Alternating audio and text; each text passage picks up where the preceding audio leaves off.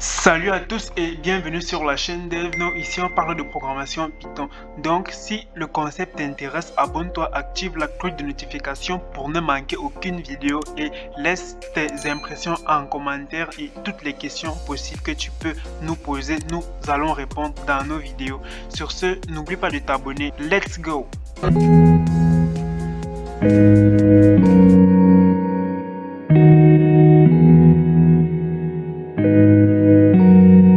Dans cette vidéo, nous allons parler de la programmation orientée objet. La programmation orientée objet, qu'est-ce que c'est? La programmation orientée objet est l'action de créer des classes pour utiliser nos propres méthodes de calcul. Par exemple, comme dans la classe complexe, nous avons deux nombres, à savoir un réel et un imaginaire.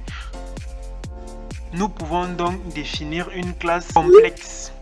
Classe complexe, c'est pour les nombres complexes. Vous allez donc, à travers donc la classe que vous avez fait, vous allez faire beaucoup de calculs possibles que vous allez définir vous-même. La syntaxe de création des classes est la suivante. Classe, non classe, donc vous écrivez classe, ensuite non classe, 2 points, def, 2-8, init, 2-8 encore, self. Self ici, qu'est-ce que self représente? Self représente l'objet modèle d'une classe. Paramètre 1, c'est le premier paramètre de notre objet modèle. Paramètre 2, c'est le deuxième paramètre de notre objet modèle jusqu'au paramètre n, qui est le énième paramètre de notre objet modèle self. Comme par exemple, vous pouvez avoir comme objet modèle un carré avec un paramètre 1 de longueur et un paramètre 2 de largeur. Vous voyez qu'ici, ça prend uniquement deux paramètres jusqu'à paramètre n. Et ensuite, vous avez self.1 nom qui est égal à paramètre 1. Par exemple, self.longueur est égal à paramètre 1. Ici, ça va définir la longueur. Self.nom2 est égal à paramètre 2 jusqu'à self.nom n égale paramètre n. Ensuite, dès que vous avez fini l'initialisation dans la fonction definit, déjà si tu ne connais pas les fonctions, comment les utiliser, je t'invite à voir la vidéo sur les fonctions, je mettrai le lien en commentaire. Ensuite, def non méthode self 2 points. Vous définissez les méthodes. Donc si je résume, une classe est définie par un nom de classe et une entête qui est composée de classe, non classe et de l'initialisation à travers la fonction definit et des méthodes. Pour comprendre ce que nous avons expliqué, nous allons écrire une classe d'objet qui initialise un rectangle.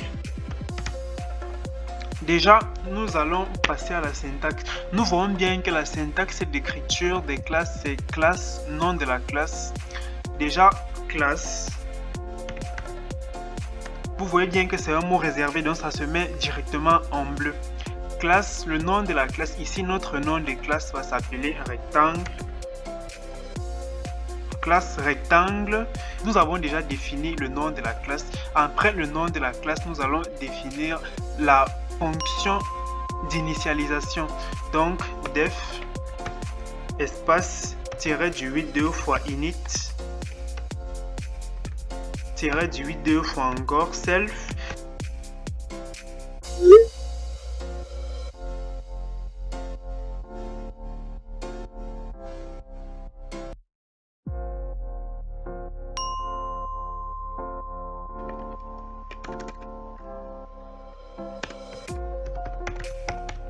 virgule largeur. Voilà, nos deux paramètres sont déjà définis, 2 points à la ligne indentation et ensuite self.long égale, donc self.long va définir la longueur. Self.long égale longueur déjà, et self.large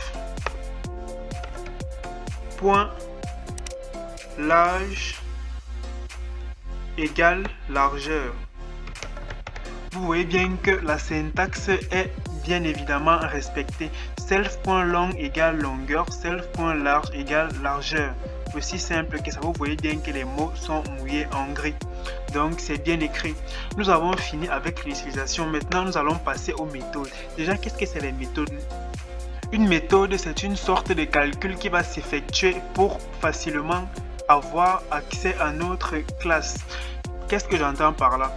Pour définir une méthode, c'est def, le nom de la méthode. Bon, ici, comme nom de méthode, nous allons nous servir de périmètre qui va servir pour calculer le périmètre d'un rectangle. Def périmètre qui est paramétré par une seule valeur, self. Donc, def périmètre de quoi? Du rectangle. Self ici, c'est un rectangle. 2 points à la ligne. Bien, maintenant, notre périmètre, c'est quoi? La formule du périmètre, c'est longueur plus largeur fois 2.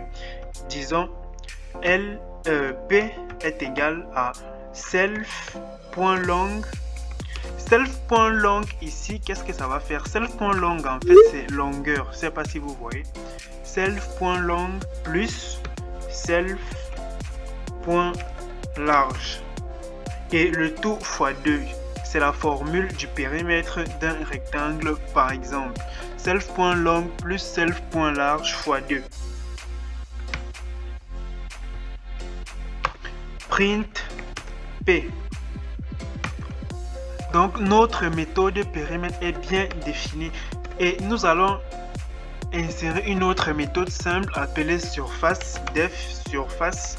Déjà, il faut savoir que les noms de méthodes par convention commence par une lettre majuscule. Donc def surface self et ensuite s par exemple est égal à self.long. Self.long c'est la longueur comme nous avons précisé dans l'initialisation. Self.long fois self.large. Self.large. Et nous allons afficher s. Print S. Voici donc nos deux méthodes bien définies. Def surface self, self s égale à self.long fois self.large, print s. Donc nos deux méthodes sont bien définies. Notre classe est donc déjà créée. Une classe est constituée d'entête et de méthode. Notre entête ici est constituée de classe plus le nom de la classe. Ensuite de la fonction d'initialisation. Maintenant, pour continuer, il y a ce qu'on appelle une instantiation. Une instantiation, c'est quoi? Nous allons déjà créer notre rectangle. Par exemple, C est égal à rectangle. Rectangle défini par deux variables. Deux variables ici, c'est la longueur et la largeur. Disons que ayant pour longueur 30 et ayant pour largeur disons 20, donc 10, quelque chose d'assez simple. C est égal à rectangle, je voulais dire R égale rectangle 30, 10. Donc voici un rectangle déjà instancié, R égale à rectangle 30, 10. Ensuite, ici, nous allons essayer de trouver le périmètre de notre rectangle déjà défini. R est égal à rectangle, donc le nom de la classe, avec les coordonnées comme longueur 30, comme largeur 10. Ensuite, nous allons mettre R.périmètre. Périmètre. Parenthèse juste les parenthèses sans rien mettre dedans. En exécutant le code, qu'est-ce qui se passe? 80. Vous voyez bien que le périmètre de notre rectangle ici est 80. Si nous-mêmes nous calculons, c'est longueur plus largeur fois 2. Ça fait 30 plus 40, 30 plus 10, 40 fois 2. Et ensuite, nous voulons la surface. Nous tapons R.surface entre parenthèses. Vous voyez bien 80, 300. Vous voyez bien que notre surface c'est 300, c'est-à-dire 30 fois 10, 300. Donc c'est comme ça qu'on définit donc les classes pour avoir un travail assez facile ou bien un travail moins long dans l'exécution de nos différentes tâches. Nous créons nos classes. Sur ce, lâche un pouce bleu si la vidéo t'a plu, laisse un commentaire et n'oublie pas de t'abonner, très important. Donc à une prochaine vidéo.